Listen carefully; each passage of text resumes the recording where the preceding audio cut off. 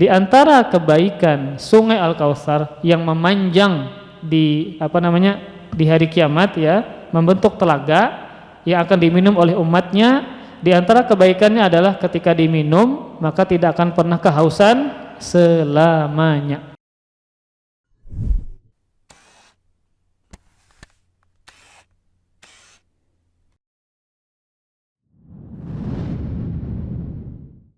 Assalamualaikum warahmatullahi wabarakatuh. Innal hamdalillah nahmaduhu wa nasta'inuhu wa nastaghfiruh wa na'udzu billahi min shururi anfusina wa min sayyiati a'malina. May yahdihillahu fala mudilla lahu wa may yudlil fala hadiya lahu. Asyhadu an la ilaha illallah wahdahu la syarika lahu wa asyhadu anna Muhammadan abduhu wa rasuluhu la nabiyya ba'dah. Qala Allah ta'ala fil Qur'anil Karim: Ya ayyuhalladzina amanu taqullaha haqqa tuqatih wa la tamutunna illa wa antum muslimun. Ya ayyuhan nasu taqu rabbakum alladzi khalaqakum min nafsin wahidah wa khalaqa minha zawjaha wa batha minhuma rijalan katsiran wa nisaa'a wattaqullaha alladzi tasaaluna bihi wal arham innallaha kana 'alaikum raqiba. Ya ayyuhalladzina amanu taqullaha wa qulu qawlan sadida yuslih lakum a'malakum wa yaghfir lakum dhunubakum wa may yuti'illaha wa rasulahu faqad faza fawzan 'azima. Amma ba'du, fa inna asdaqal hadithi kitabullah wa khairul hadi hadi Muhammadin sallallahu alaihi wa alihi wasallam wa syarrul umuri muhdatsatuha fa inna kulla muhdatsatin bid'ah wa kulla bid'atin dhalalah wa kulla dhalalatin finnar. Alhamdulillah, marilah kita bersyukur kepada Allah Subhanahu wa taala pada malam ini, pada kesempatan kali ini Allah masih memberikan kemudahan kita dalam beramal soleh dengan dibuktikan kita masih meneruskan ibadah yang sedang kita kerjakan, yaitu hadir ke majelis ilmu agama. Dan semoga Allah Subhanahu wa taala senantiasa memberikan keberkahan kepada kita karena kita menghabiskan waktu kita dalam ketaatan kepada Allah Subhanahu wa taala. Kemudian salawat serta salam semoga selalu tercurahkan kepada Nabi kita Muhammad sallallahu alaihi wasallam dan kepada para keluarga, para sahabat dan para pengikut setia beliau sampai hari kiamat. Kita masuk di pembahasan yang ke-10 atau bab yang ke-10 dengan judul Babu Majaa fi dzabhi li ghairillah. Bab tentang menyembelih binatang untuk selain Allah Subhanahu wa taala. Maka ini pembahasan secara khusus berkaitan dengan masalah menyembelih binatang. Maka sungguh menyembelih binatang ya adalah ibadah maliyah, adalah ibadah harta yang sangat mulia dan juga sangat dicintai Allah Subhanahu wa taala. Makanya Allah Subhanahu wa taala ya sering mensyariatkan ibadah menyembelih ini. Di antara bentuk ibadah yang berkaitan dengan menyembelih adalah seperti menyembelih hewan kurban ya, hewan kurban. Maka dia adalah ibadah maliyah, ibadah harta. Kemudian juga berkaitan dengan ibadah menyembelih adalah ibadah menyembelih tatkala akikah. Maka juga adalah ibadah. Kemudian juga seperti ibadah menyembelih hewan hadiyu bagi orang yang berhaji, haji qiran dan tamattu, maka juga dia menyembelih binatang. Kemudian juga banyak lagi ibadah-ibadah yang berkaitan dengan menyembelih, seperti misalnya menyembelih binatang sebagai fidyah karena melanggar sebuah pelanggaran dalam umrah atau haji. Maka Allah mensyariatkan untuk menyembelih binatang. Maka ini adalah jenis-jenis ibadah yang berkaitan dengan menyembelih. Dan juga di dalam Al-Qur'anul Karim ya, Allah Subhanahu wa taala terkadang menggandengkan ibadah salat dengan ibadah menyembelih ya. Ibadah salat adalah ibadah yang terbaik berkaitan dengan ibadah fisik, sedangkan ibadah kurban, ibadah menyembelih adalah ibadah yang terbaik berkaitan dengan ibadah harta. Seperti firman Allah Subhanahu wa taala di surah Al-Kautsar, fasholli li rabbika wanhar, fasholli li rabbika wanhar. Maka salatlah dan menyembelihlah untuk Tuhanmu. Maka di sini Allah menggandengkan antara salat dengan ibadah menyembelih. Karena salat adalah ibadah, maka menyembelih juga adalah ibadah. Maka tidak boleh seseorang salat dan menyembelih yang dipersembahkan untuk selain Allah Subhanahu wa taala. Kalau seandainya itu adalah ibadah salat ya, maka ibadah salat adalah ibadah fisik atau badan yang terbaik. Kenapa demikian? Karena ibadah salat terdapat di dalamnya ibadah-ibadah yang banyak. Seperti ketika salat pian baca Quran. Seperti salat pian berzikir. Ketika salat pian berdoa. Ketika salat pian khusyuk, merendahkan diri kepada Allah. Banyak sekali ibadah-ibadah yang kita kerjakan ketika beribadah salat. Ibadah di atas ibadah. Maka disebut ibadah salat adalah ibadah yang terbaik dari sisi ibadah fisik atau badan. Karena terkandung dalam ibadah salat ibadah-ibadah yang lain. Baca Quran kah, doa kah, berzikir kah, beristighfar kah, khusyuk kah, dan seterusnya. Sama seperti ibadah menyembelih. Ibadah menyembelih. Maka di dalamnya terkumpul ibadah-ibadah yang lain, seperti mengharapkan pahala kepada Allah Subhanahu wa taala, seperti berbaik sangka kepada Allah Subhanahu wa taala, ibadah berkurban ya, mengorbankan hartanya untuk Allah Subhanahu wa taala. Maka di bab ini penulis Syekh Muhammad At-Tamimi mengkhususkan pembahasan tentang kesyirikan yang berkaitan dengan ibadah menyembelih. Kenapa demikian? Karena kesyirikan jenis ini, penyimpangan terhadap penyembelihan binatang ini banyak terjadi di negara-negara kaum muslimin. Betapa banyak orang yang menyembelih binatang ya, ayam kah, sapi kah, kerbau kah, namun dipersembahkan bukan untuk Allah, seperti dipersembahkan kepada jin kah, dan seterusnya. Maka di sini sangat penting penulis untuk membahas bahwasanya termasuk praktek kesyirikan adalah tatkala dia menyembelih untuk selain Allah Subhanahu wa taala. Sebagaimana juga termasuk kebiasaan orang-orang jahiliyah ya di kota Mekah. Ketika mereka membangun rumah ya, maka mereka menyembelih binatang. Dalam rangka apa? Yang mana mereka menyembelih binatang tadi, mereka tujukan untuk jin agar jin tidak mengganggu mereka di dalam rumah tersebut ya. Maka mereka menyembelih apa? Binatang. Untuk siapa? Jin. Agar jin ini tidak mengganggu mereka ketika mereka sudah membangun rumah mereka. Ini adalah kebiasaan siapa?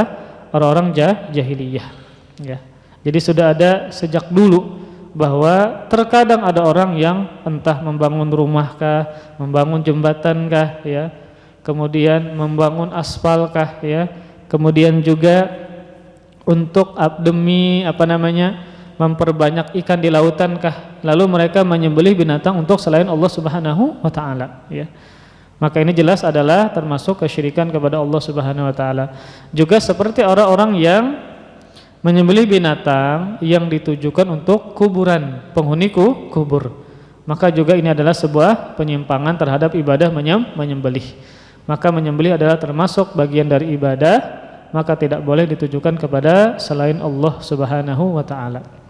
Kemudian penulis membawakan 4 dalil berkaitan tentang menyembelih untuk selain Allah Subhanahu wa taala. Dalil yang pertama, surah Al-An'am ayat 162 sampai 163. Firman Allah Subhanahu wa taala, "Qul inna salati wa nusuki wa mahyaya wa mamati lillahi rabbil alamin la syarika lahu wa bidzalika umirtu wa ana awwalul muslimin." Yang artinya adalah, qul, katakanlah wahai Muhammad kepada orang musyrikin, sesungguhnya salatku dan penyembelihanku, hidupku, matiku hanya semata-mata untuk Allah Subhanahu wa taala. Jadi salatku ini untuk Allah. Kemudian Rasul gandengkan juga agar mengatakan sembelihanku untuk Allah. Kenapa demikian? Karena orang musyrikin mereka juga ada penyimpangan dalam menyembelih. Tadi ulun sebutkan bahwa ketika mereka membangun rumah agar tidak diganggu jin, maka mereka menyembelih untuk jin tersebut. Maka salat adalah ibadah, menyembelih juga adalah bagian dari ibadah. Maka katakanlah wahai Muhammad kepada orang musyrikin, sesungguhnya salatku dan menyembelihku dan hidupku dan matiku hanya untuk Allah Subhanahu wa taala. Kemudian la syarikalah, tidak ada sekutu baginya, ya. Sebagaimana salat tidak boleh melakukan kesyirikan kepada Allah berkaitan dengan salat yang ditujukan kepada selain Allah, maka menyembelih pun juga tidak boleh ditujukan kepada selain Allah Subhanahu wa taala karena adalah kesyirikan. La syarikalah, tidak ada sekutu baginya. Wa bidzalik, demikian itulah aku diperintahkan dan aku adalah orang yang pertama-tama menyerahkan diri kepada Allah Subhanahu wa taala, dan aku adalah orang-orang yang pertama masuk Islam. Karena setiap nabi pasti dia duluan yang berislam sebelum kaumnya.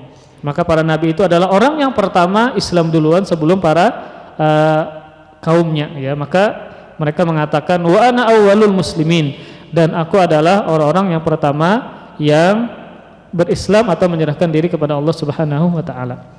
Maka sisi pendalilan dari ayat ini adalah di sini Allah mengatakan wa nusuki, dan nusukku. Maka makna nusuk adalah sebagaimana yang disebutkan oleh para ulama tafsir seperti Imam Mujahid, ya, Sa'id bin Jubair, Imam Qatadah, As-Suddi, dan juga Imam Ad-Dhahhak. Mereka mengatakan nusuk maknanya adalah menyembelih. Maka di sini Allah menggandengkan ibadah salat dengan ibadah menyembelih, yang mana tidak boleh ditujukan kepada selain Allah Subhanahu wa taala. Maka ayat ini jelas menjelaskan kepada kita bahwa menyembelih kepada selain Allah adalah termasuk kesyirikan. Sebagaimana yang mana seseorang salat untuk selain Allah maka juga sebagai kesyirikan. Maka seorang yang salat, orang yang menyembelih harus dia tujukan kepada Allah Subhanahu wa taala. Kemudian perhatikan, ya, pada ayat ini Allah menyuruh kita, Allah menyuruh Rasulullah sallallahu alaihi wasallam agar mengatakan kepada orang musyrikin bahwa salat beliau dan menyembelih beliau hanya untuk Allah Subhanahu wa taala. Perintah ini dalam ayat ini, ya, terkandung 3 penekanan agar salatnya Nabi, menyembelihnya Nabi, hidup dan matinya Nabi hanya untuk Allah Subhanahu wa taala. Allah berikan 3 penekanan pada ayat ini. Yang pertama penekanannya adalah firman Allah setelahnya, lillahi rabbil alamin, bahwa ibadahku seperti salat, menyembelih, bahkan hidup dan matiku adalah lillahi rabbil alamin, hanya untuk Allah Tuhan semesta alam. Ini penekanan yang pertama. Penekanan yang kedua, firman Allah Subhanahu wa taala setelahnya, la syarikalah, tidak ada sekutu baginya. Maka sebenarnya cukup Rasul katakan salatku, menyembelihku untuk Allah Tuhan semesta alam. Tapi Allah tekankan lagi dengan mengatakan setelahnya, la syarikalah, tidak ada sekutu baginya. Ketika salat, ketika beribadah yang lain seperti menyembelih, maka jangan melakukan kesyirikan kepada Allah Subhanahu wa taala. Penekanan yang ketiga, wa ana awwalul muslimin, dan aku adalah orang yang pertama menyerahkan diri, dan aku adalah orang yang pertama Islam. Karena setiap nabi yang menyeru kepada kaumnya, maka nabi ini pasti pertama kali duluan yang Islam. Karena Allah Subhanahu wa taala memerintahkan kepada Rasulullah sallallahu alaihi wasallam agar mengatakan kepada orang musyrikin, sungguh salatku, menyembelihku, bahkan hidup dan matiku adalah yang pertama untuk Allah Tuhan semesta alam. Allah tekankan lagi, la syarikalah, tidak ada sekutu baginya. Allah tekankan lagi dengan mengatakan, dan aku adalah orang yang pertama menyerahkan diri kepada Allah Subhanahu wa taala. Maka ini penekanan demi penekanan bahwa salatkah, menyembelihkah, bahkan hidup dan mati hanya untuk Allah Subhanahu wa taala. Tidak boleh melakukan kesyirikan dan selamanya muslim sampai dia meninggal dunia. Kemudian para ikhwah sekalian, pada ayat ini terdapat beberapa pelajaran. Pelajaran yang pertama adalah menyembelih binatang untuk selain Allah merupakan syirik besar. Jadi menyembelih binatang untuk selain Allah merupakan syirik besar. Kenapa demikian? Karena Allah menggandengkan ibadah ini dengan salat. Dengan salat. Sebagaimana orang yang salat, dia salat nih, tapi dia persembahkan salatnya untuk selain Allah, maka syirik besar. Karena menyembelih dan salat digandengkan, ya, betatai dua-duanya. Sebagaimana salat, ketika dia salat ditujukan kepada selain Allah syirik besar, maka menyembelih juga ditujukan kepada selain Allah juga syirik besar. Kemudian pelajaran yang kedua adalah salat dan menyembelih binatang kurban termasuk ibadah yang paling agung.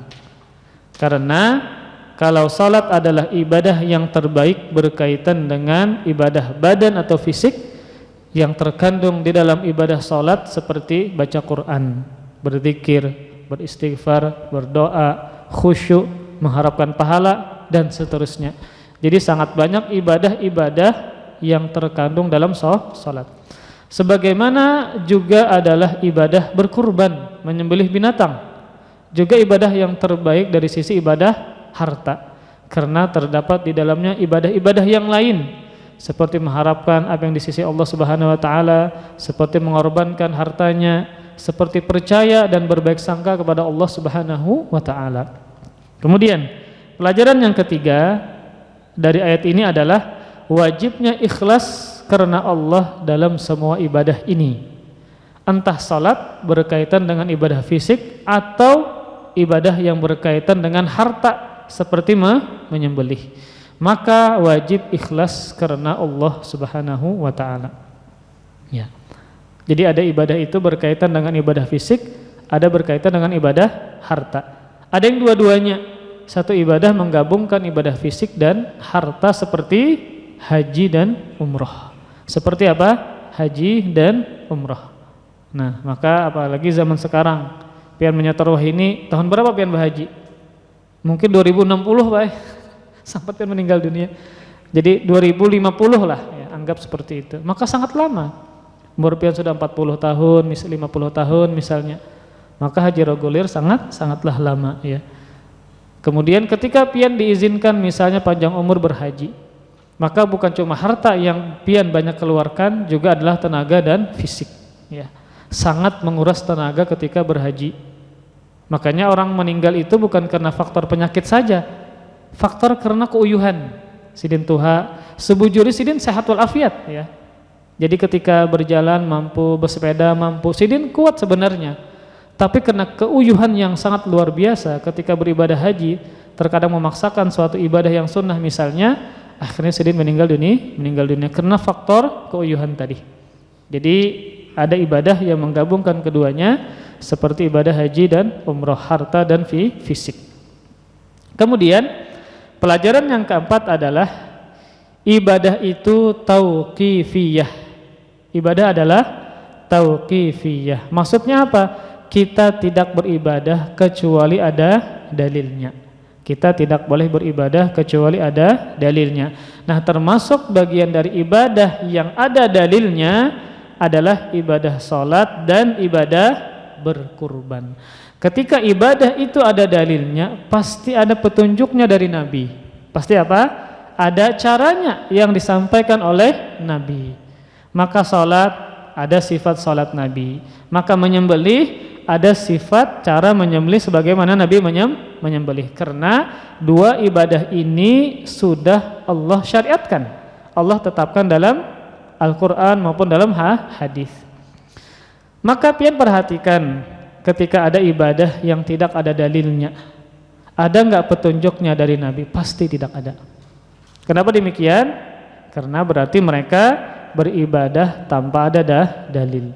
Maka ibadah itu adalah tauqifiyah, menunggu perintah dari Allah. Kada boleh kita berbisa-bisa mengatakan ini ibadah. Tidak boleh.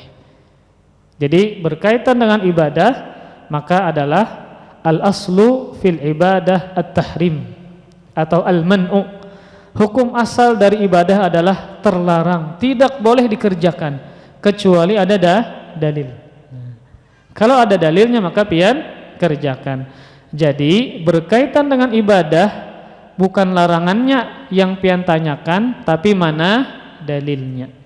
Terkadang kita berhadapan dengan orang yang banyak melakukan ibadah-ibadah yang tidak disyariatkan. Lalu sini menanyakan lawan kita, mana larangannya? Itu salah. Yang kita tanyakan berkaitan dengan ibadah bukan larangannya, tapi mana dalilnya. Kalau seandainya berkaitan dengan ibadah mana larangannya, coba ulun tanya pian, adakah ada larangannya dalam hadis, dalam Al-Qur'an, salat subuh 3 rakaat? Kerda apa larangannya? Kenapa kita salat subuh 2 rakaat? Karena ada dalilnya. Nah, kemudian lagi misalnya, jadi cara berfikirnya adalah cara menanyakannya bukan mana larangannya, tapi mana dalilnya. Karena ini berkaitan dengan ibadah. Ibadah adalah tauqifiyah, harus menunggu dalil dulu baru kita kerjakan. Kemudian ketika mereka lagi menanyakan mana larangannya, ya, kita balik pulang kita takuni sidin. Ulun takuni lawan pian, apakah ada larangannya bahwa ketika kita berhaji misalnya, tapi ulun berhaji di Indonesia, adakah ada larangannya? Pasti kan ada larangannya, enggak ada pian temukan melarang berhaji di Indonesia. Enggak ada larangannya. Tapi kenapa kita berhaji di tempat-tempat yang ditentukan? Karena ada dalilnya. Nah, maka salah orang yang mengatakan ketika berkaitan dengan ibadah manalah larangannya. Itu salah. Kita balik kayak tadi misalnya, apakah ada larangannya dalam Quran, dalam hadis? Allah melarang, Nabi melarang sholat itu 6 kali dalam sehari. Karena ada larangannya ditemukan. Tapi kenapa kita sholat 5 kali dalam sehari? Karena ada dalilnya. Nah, maka berkaitan dengan ibadah, mana dalilnya bukan mana larangannya. Namun berkaitan dengan selain ibadah, seperti muamalah, ya seperti masalah makanan minuman, maka yang ditanyakan adalah mana larangannya. Karena hukum asal selain ibadah adalah boleh selama tidak ada dalil yang melarang. Itu berkaitan dengan selain ibadah. Maka yang ditanyakan bukan mana dalilnya, tapi mana larangannya. Misal makanan dan minuman. Zaman dulu misalnya kada ada durian Pak, zaman Nabi belum ada duri atau tidak sampai kepada Nabi durian. Nah, lalu ada orang mengatakan ini haram. Lalu kita tanya, mana dalilnya, mana pengharamannya? Tentu tidak ada. Maka hukum asal dari buah-buahan adalah boleh selama tidak ada dalil yang melarang. Kecuali ternyata ditemukan dalam durian ada racun, nah baru tidak boleh. Kalau misalnya nyaman pulang ya, kemudian tidak ada larangannya, maka hukum asalnya adalah boleh. Ini selain ibadah. Kemudian lanjut ke dalil yang kedua. Dalil yang kedua yang dibawakan oleh penulis adalah firman Allah Subhanahu wa taala dalam surah Al-Kautsar ayat 2. Kata Allah Subhanahu wa taala mengkhitab ya, mengatakan kepada Nabi, "Fasholli li rabbika wanhar." Maka dirikanlah salat untuk Rabbmu dan sembelihlah kurban untuknya. Maka di sini juga Allah menggendengkan ibadah salat dengan menyembelih ibadah kurban. Nah, maka ayat ini adalah penggalan dari surah Al-Kautsar.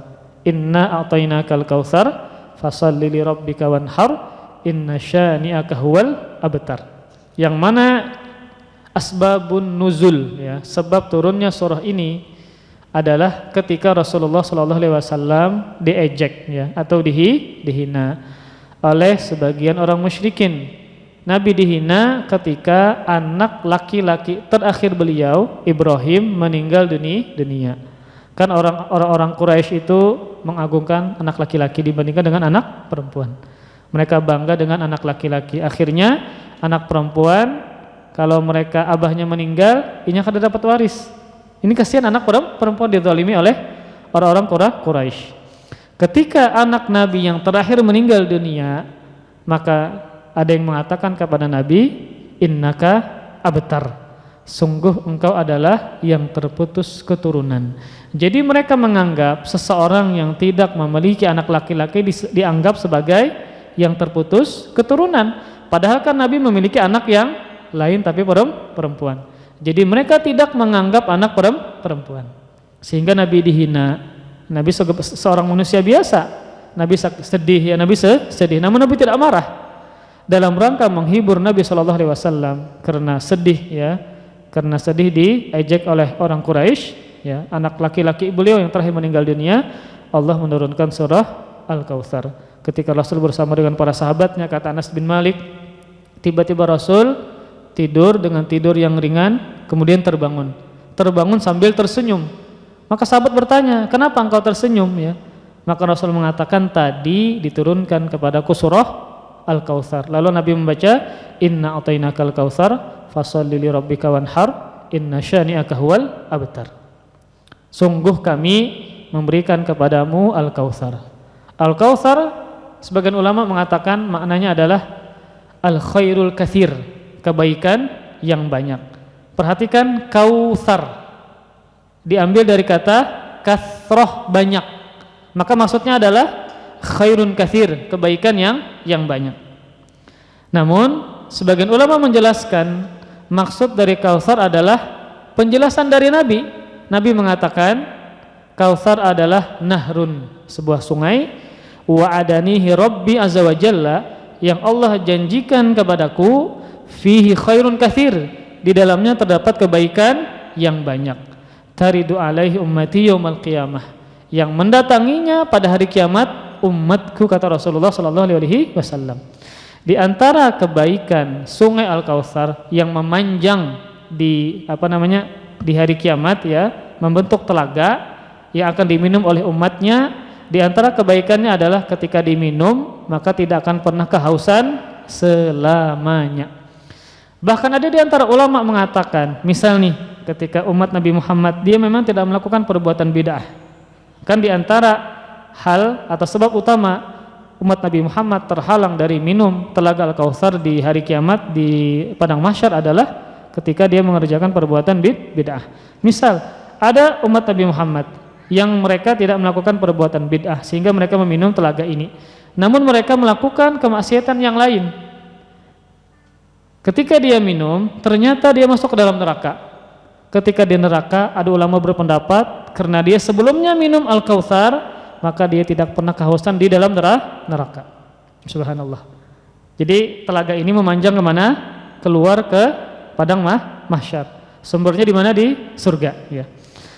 Nah, Rasulullah sallallahu alaihi wasallam menyebutkan bahwa di dalam banyu ini, sungai ini terdapat kebaikan yang banyak.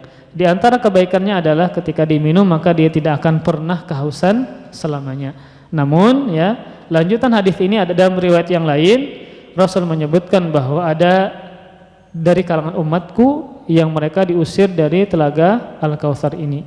Alasannya adalah mereka mengganti, merubah ajaran Nabi sallallahu alaihi wasallam sepeninggalku, kata Nabi. Makanya Nabi mengatakan ketika ada umat beliau yang diusir, Nabi mengatakan suhqan liman baddala ba'di. Celakalah bagi orang yang mengganti ajaranku sepeninggalku. Dan ini menunjukkan bahwa Nabi tidak mengetahui kondisi dari umatnya, karena Nabi tidak tahu ketika mereka diusir.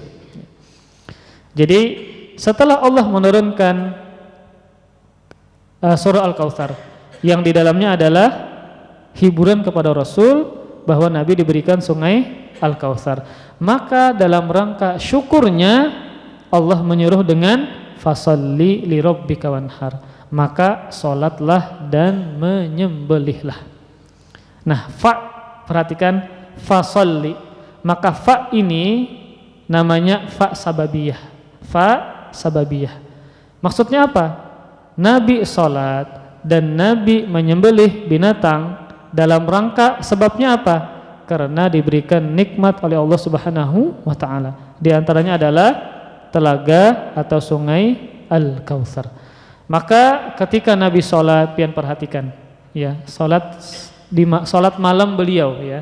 Sholat apa? Malam beliau. Itu sangat lawas, sangat panjang. Makanya sunnah untuk melamakan, memperpanjang sholat di malam hari. Nabi sholatnya lama ya. Yang beliau baca surah-surah yang panjang ketika sholat malam. Makanya saking lamanya Nabi berdiri, kaki beliau bengkak. Ketika Aisyah mengatakan, bukankah engkau sudah diampuni dosamu yang telah lalu dan akan datang? Seakan-akan Sidin ini protes, pian ini sudah diampuni dah macam-macam, kenapa kayak ini beribadah sampai kaki bengkak? Apa jawaban dari Nabi ya? Nabi menjawab, afala akunu abdan syakura, bukankah aku adalah hamba yang pandai bersyukur kepada Allah Subhanahu wa taala. Jadi Nabi melakukan ibadah yang sangat banyak seperti salat, bukan hanya sebatas untuk ditinggikan derajat ya, bukan hanya sebatas untuk diampuni dosa, tapi untuk menunjukkan bahwasanya beliau adalah hamba yang banyak bersyukur kepada Allah Subhanahu wa taala. Kemudian menyembelih. Maka bagaimana sembelihan Nabi? Maka sangat banyak. Ketika beliau berhaji ya, maka beliau menyembelih 100 ekor onta. Yang 60-annya Sidin langsung sembelih dengan tangan Sidin. Makanya sunnah kalau pian menyembelih, kalau pian berkurban, pian sendiri yang menyembelih ya. Kalau pian kuat ya. Kalau kada kuat melihat darah kayak ulun kada usah gitu. Jadi ada terkadang kita mendengar sebagian ustadz kabir, ustadz kibar kita ya, ditakuni, pian pernah kada menyembelih? Ulun kada pernah aja Sidin. Berarti sini lama puluhan juga kalinya. Jadi ada terkadang orang-orang yang kuat mentalnya ya ketika menyembelih. Nah, Sidin berkorban maka sunnah Sidin sendiri yang menyembelih ya. Sebagaimana Nabi Shallallahu alaihi wasallam, pian bayangkan onta ya. Namun cara menyembelih onta beda dengan sapi. Kalau sapi kan kau pian ikuti, kalau onta kada. Jadi onta dibiarkan berjalan. Terkadang matanya ditutup, langsung ditebas di leher. Coba pian lihat di YouTube ada cara orang Arab menyembelih onta. Jadi kada kayak kita kalau sapi kan kita ikuti. Tapi kalau onta kada, dibiarkan berjalan, ditutup matanya, kemudian langsung ditebas ke leher ya. Maka pian bayangkan Nabi 60-an onta langsung dengan tangan Sidin, subhanallah. Jadi fisik Nabi kuat ya, fisik Nabi kuat. Nah, maka Nabi membuktikan ya, dalam rangka bersyukur kepada Allah atas nikmat yang sangat banyak Allah berikan kepada Nabi Muhammad, maka ibadah salat beliau luar biasa ya. Salat sunnah beliau jumlahnya sangat banyak, terlebih di malam hari. Kemudian juga ibadah kurban beliau juga sangat banyak dalam rangka bersyukur kepada Allah Subhanahu wa taala. Nah, kemudian kata Allah setelahnya, inna syani'aka huwal abtar. Sungguh orang yang membencimu, yang menghinamu, yang mengatakan engkau terputus keturunan, inna syani'aka huwal abtar ya. Mereka itu dialah yang terputus dari rahmat Allah Subhanahu wa taala. Dialah orang yang jauh dari rahmat Allah Subhanahu wa taala. Nah, ini di zaman Nabi, orang yang menghina kepada Nabi secara langsung. Ketika Nabi meninggal dunia, maka ayat ini juga berlaku bagi orang yang menghina ajaran Nabi Muhammad SAW.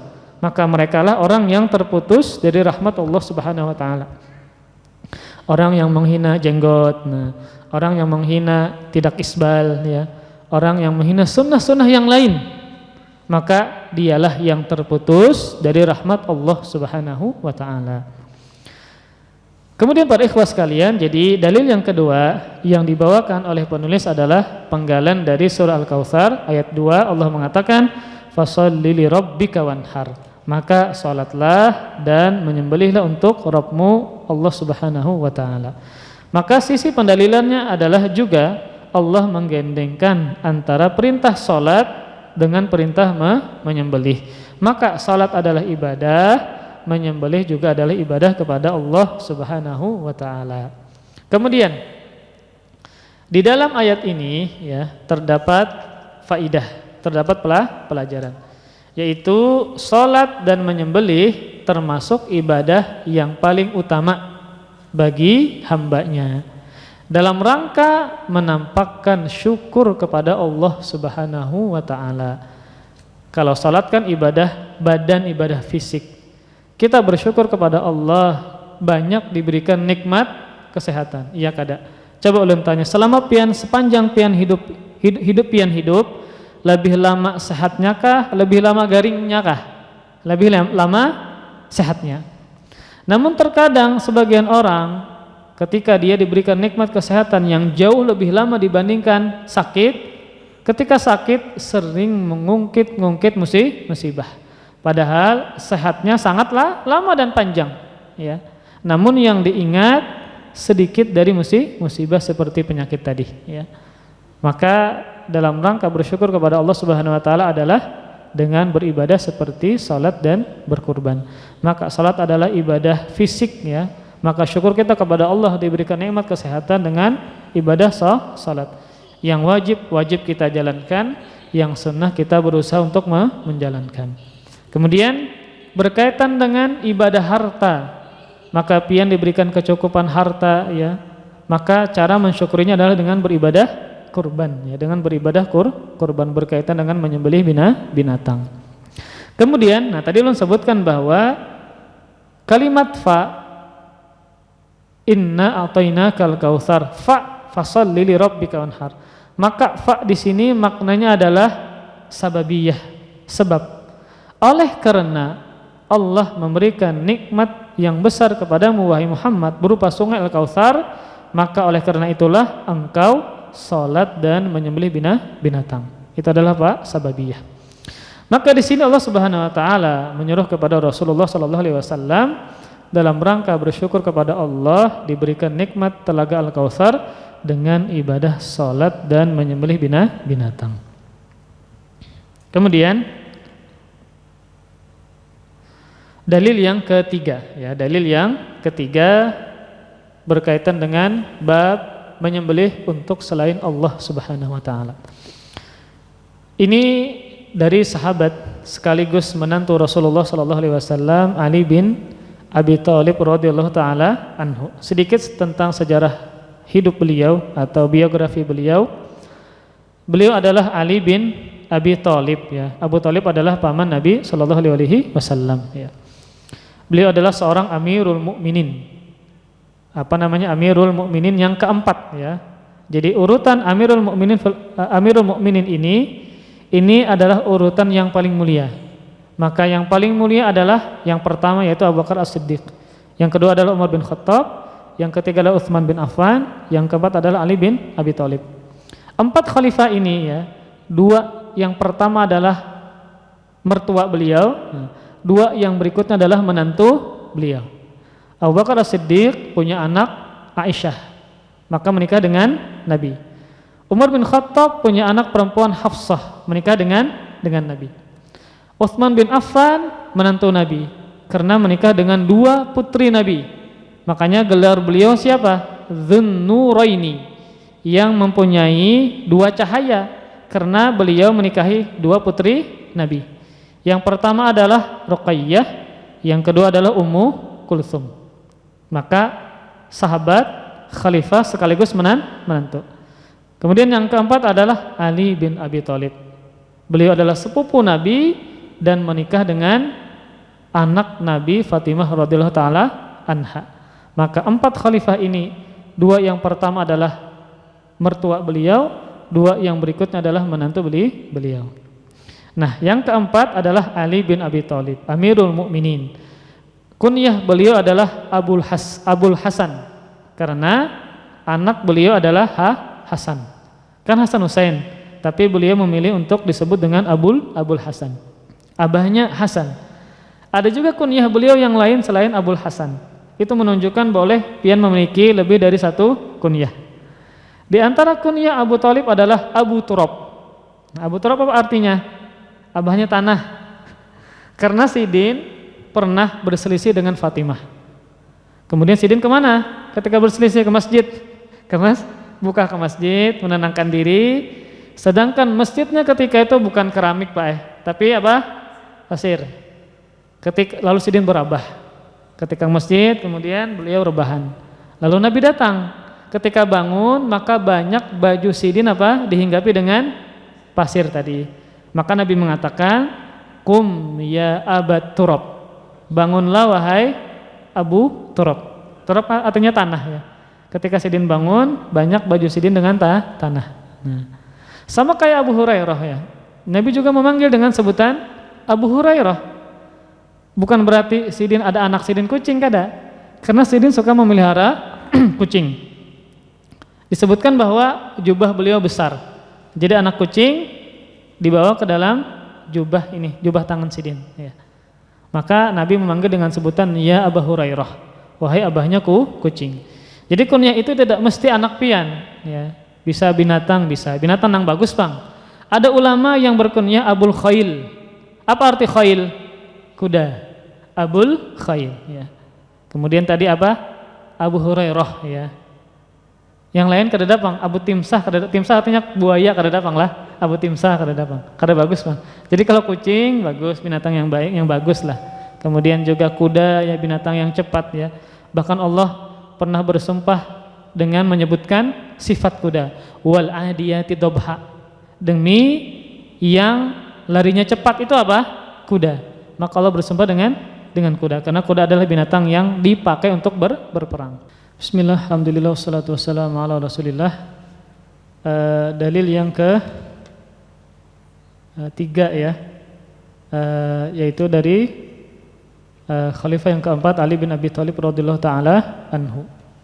Tadi disebutkan sedikit tentang biografinya. Beliau adalah Amirul Mukminin yang keempat, Abul Hasan Al-Hashimi, anak pamannya Rasulullah SAW. Dan Ali bin Abi Thalib adalah orang yang pertama kali masuk Islam dari kalangan anak-anak. Jadi siapa yang pertama kali masuk Islam dari kalangan orang dewasa? Maka jawabannya adalah Abu Bakar As-Siddiq. Kemudian siapa yang pertama masuk Islam dari kalangan wanita? Maka jawabannya adalah Khadijah binti Khuwailid. Kemudian siapa yang pertama kali masuk Islam dari kalangan anak-anak? Maka jawabannya adalah Ali bin Abi Thalib. Dan beliau menikah dengan anak perempuan Rasulullah SAW yang bernama Fatimah ya. Dan juga beliau salah seorang sahabat yang banyak mengikuti peperangan ya. Ada perang Badar, Bai'atul Ridwan, perang Uhud dan seterusnya. Dan beliau termasuk salah satu 10 yang diberikan kabar gembira dengan masuk surganya Allah Subhanahu wa taala, atau yang terkenal dengan Al-Asyarah Al-Mubasysyaruna bil Jannah, 10 sahabat yang dikabar gembirakan dengan masuk dalam surga. Ada lagi sebagian sahabat juga yang diberikan kabar dengan masuk surga selain dari 10 ini, seperti Uqasyah ya. Uqasyah yang mana dia termasuk dari golongan yang 70.000 golongan masuk surga tanpa hisab dan tanpa azab. Berarti sini masuk ke dalam surga, Uqasyah ya. Ada juga sahabat Bilal bin Rabah ya, yang Nabi mendengar suara terompah beliau di dalam surga. Berarti dia masuk ke dalam surga ya.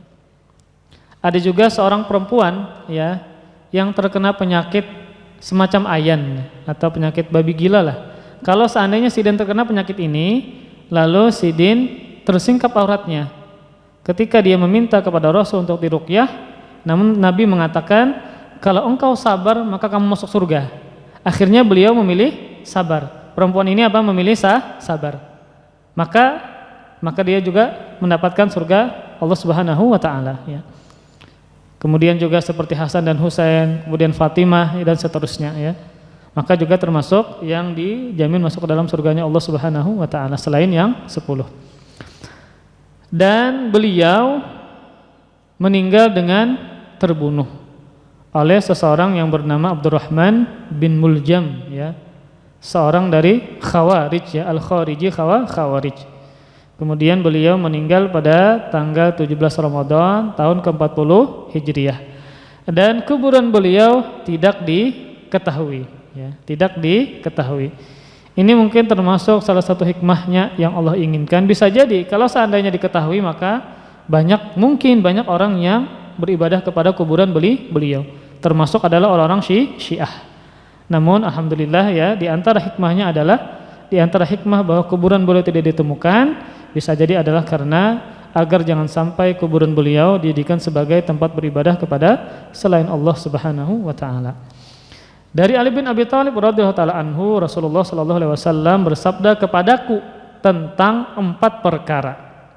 Kata Rasul kepada Ali bin Abi Thalib, la'anallahu man dzabaha li ghairillah, la'anallahu man la'ana walidayhi, la'anallahu man awa muhditsan, la'anallahu man ghayyara manaral ardi. Kata Rasulullah sallallahu alaihi wasallam kepada Ali bin Abi Thalib, Allah melaknat orang-orang yang menyembelih binatang bukan karena Allah. Ketika ada kalimat laknat terhadap perbuatan tertentu, maka perbuatan tersebut adalah dosa besar. Nah, jadi definisi dari dosa besar adalah ketika ada sebuah perbuatan yang Nabi ucapkan, misalnya terkandung di dalamnya ada laknat, maka hukumnya adalah dosa besar. Baik dari laknat Allah atau dari laknat Rasul atau dari laknat malaikat. Contoh misalnya Rasul mengatakan ketika atau tentang seorang perempuan, seorang istri yang menolak ajakan suaminya tanpa ada uzur. Rasul katakan perempuan ini dilaknat oleh malaikat sampai pagi. Ada kata laknat yang diucapkan oleh malaikat terhadap perbuatan tertentu, yaitu istri menolak ajakan suami tanpa uzur. Maka menolak ajakan hukumnya apa Pak? Dosa besar. Nah, dosa besar. Yang pertama adalah Allah melaknat orang yang menyembelih binatang untuk selain Allah. Yang kedua, Allah melaknat orang-orang yang melaknat kedua orang tuanya, maka dosa besar melaknat kuitan. Atau dia melakukan sebuah perbuatan atau mengatakan sebuah ucapan yang menjadi sebab orang tuanya dilaknat, orang tuanya disambati atau dihina, maka juga hukumnya adalah dosa besar. Kayak misalnya kita dulu ketika halus bersesambatan ngaran kuitan. Nah, karena kita menyambati melaknat kuitan kawan, akhirnya kawan pun menyambati dan melaknat kuitan kita. Itu juga tidak boleh. Itu sama kita melaknat orang tua kita sendiri. Kenapa? Karena dengan menyambati menghina orang tua kawan, dengan sebab itu orang tua kita disambati, dilaknat oleh kawan. Itu sama dengan makna dengan hadis ini. Maka Allah melaknat orang yang melaknat kedua orang tuanya. Yang ketiga, Allah melaknat orang yang melindungi pelaku kejahatan. Nah, ini kayak pengacara kah misalnya, atau hakim kah, atau siapapun, diharamkan dan dosa besar melindungi orang yang melakukan kejahatan. Enggak boleh dibela, enggak boleh. Kalau dia salah ya katakan salah. Sekalipun kuitan pian, anak pian, guru pian, kalau salah dia melakukan kejahatan maka jangan dibela. Jangan dilindungi. Yang keempat, Allah melaknat orang yang merubah tanda batas tanah. Nah, mengangkat tanah orang. Ada suratnya pulang. Padahal tahu Sidin salah sebenarnya. Tapi Sidin punya kawan kah, punya apakah sehingga mengangkat tanah orang, ini batasnya jar Sidin. Maka juga Allah melaknat. Itu adalah dosa besar. Bahkan berkaitan dengan mengambil hak orang lain, ya. Dalam sebuah hadis yang dikeluarkan oleh Muslim, ya, Rasul pernah bersabda yang intinya adalah barang siapa yang mengambil tanah orang lain sejengkal sekilan secara zalim, niscaya dia ditimpakan dengan tanah dengan 7 lapis tanah. Maka dia akan ditimpakan pada hari kiamat dengan 7 lapis tanah. Sekilan aja tapi pian menzalimi tanah orang, mengangkat tanah orang. Maka bagaimana nang semeter, 10 kali 10, ampun orang, lalu orangnya hilang misalnya. Lalu pian bikin surat, akhirnya punya milik pian, tapi ahli warisnya datang. Akhirnya pian apa? Karena sudah punya surat, ya, punya yang resmi, padahal pian tahu pian berbuat salah. Maka hati-hati di hari kiamat. Ya. Ada ancaman yang khusus bagi orang yang mengambil tanah secara zalim. Bisa nanti dia ditimpakan ya dengan 7 lapis tanah pada hari kiamat, dan juga dia kalau orangnya menuntut ya korbannya menuntut, maka pahalanya diambil di hari kiamat. Maka sisi pendalilannya adalah Allah melaknat orang yang menyembelih yang ditujukan untuk selain Allah Subhanahu wa taala. Nah, tentang hadis ini maka Al-Imam An-Nawawi ya dalam kitabnya Al-Minhaj Syarah Sahih Muslim mengomentari. Kata Al-Imam An-Nawawi, wa amma dzabhu li ghairillah fal muradu bihi an yadhbaha bismi ghairillahi ta'ala kaman dzabaha lis-sanam awis salibi aw li Musa aw li Isa sallallahu alaihima aw lil Ka'bah wa nahwi dzalik fa kullu hadza haram wa la tahillu hadhihi dzabihah sawa'un kana dzabihu musliman aw nasraniyan aw yahudiyan ila akhirih. Ulun terjemahkan dulu. Kata Imam Nawawi, adapun menyembelih untuk selain Allah, maka maksudnya adalah dia menyembelih dengan nama selain Allah. Misal ada kambing, ketika menyembelih bukan menyebutkan dengan nama Allah. Seperti orang yang menyembelih dengan berhala ya, atau salib, atau dengan menyebut nama Nabi Musa, atau dengan menyebut nama Nabi Isa, atau dia tujukan untuk Ka'bah dan yang semisalnya. Maka semua ini adalah haram dan tidak halal sembelihan ini. Perbuatannya haram, dosa besar, kesyirikan, dan dagingnya apa Pak? Haram, tidak boleh dimakan. Sama saja yang menyembelihnya orang muslim kah, atau orang Nasrani kah, atau orang Yahudi. Perbuatannya haram, dosa besar, kemudian apa? Dagingnya haram untuk dimakan. Ini adalah pendapat yang dikatakan oleh Al-Imam Asy-Syafi'i dan disepakati oleh ulama-ulama yang bermadzhab Syafi'i. Kemudian kata Imam Nawawi, fa in qasada ma'adzalika ta'zimal madbuh lahu ghairillahi ta'ala wal ibadatalah kana dzalika kufran fa in kana dzabih musliman qabla dzalika sara bidzabhi murtaddan. Kata Imam An-Nawawi, jika ternyata selain itu ketika menyembelihkan tadi dengan menyebut nama-nama yang lain, kemudian juga ditujukan kepada selain Allah, sembelihan untuknya dan bermaksud beribadah kepadanya, maka ini merupakan kekufuran. Jadi ketika dia menyembelih binatang dengan menyebut nama siapa, misalnya bukan nama Allah, selain itu dia bermaksud beribadah kepada makhluk yang dia tujukan ketika menyembelih. Kata Imam Nawawi, maka ini merupakan kekufuran. Jika penyembelihnya seorang muslim, maka jadilah dia murtad dengan penyembelihan tersebut. Ketika menyembelih tadi disertai dengan ibadah seseorang yang ditujukan kepada selain Allah Subhanahu wa taala. Maka kata beliau, itu adalah kekufuran dan pelakunya sekalipun muslim, maka dia telah murtad dari agamanya karena dia melakukan kesyirikan yang besar, itu beribadah kepada selain Allah ketika dia menyembelih binatang. Wallahu a'lam bishawab. Kita sambung masih bab ini di pertemuan berikutnya. Semoga Allah Subhanahu wa taala memberkahi majelis kita dan semoga Allah Subhanahu wa taala senantiasa memberikan petunjuk dan hidayah kepada kita, dan semoga Allah Subhanahu wa taala mewafatkan kita dalam keadaan husnul khatimah. Amin ya rabbal alamin.